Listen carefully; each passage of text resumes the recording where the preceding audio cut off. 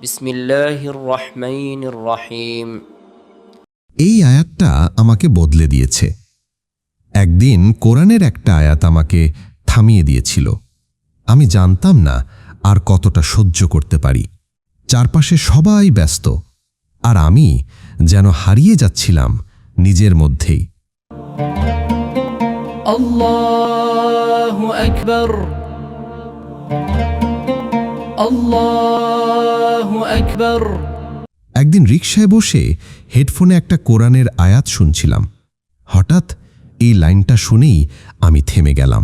ওয়া আশা আন তাকরাহু শাইআউ ওয়া হুয়া খায়রুল লাকুম। তোমরা যা অপছন্দ করো, হতে পারে সেটাই তোমাদের জন্য ভালো। সূরা বাকারা আয়াত ২১৬। এটা শুনেই চোখে পানি চলে আসে, কারণ আমি যা হারিয়েছিলাম সেটাকেই মনে করতাম সব। অথচ আল্লাহ বলছেন ওটাই হয়তো আমার জন্য ভালো ছিল না। আমরা অনেক কিছু চাই, চাকরি, সম্পর্ক, স্বপ্ন, কিন্তু যখন তা পাই না মনে হয় আল্লাহ আমাদের ভালোবাসেন না। অথচ আসলে তিনিই আমাদের রক্ষা করেন, শুধু আমরা বুঝি না তখনই।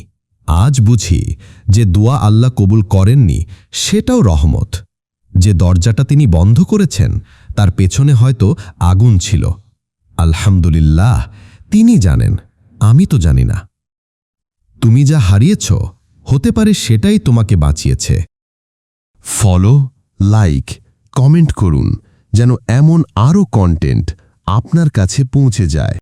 ইসলাম প্রচারে আপনার একটি শেয়ারই হতে পারে কারো হেদায়েতের দরজা।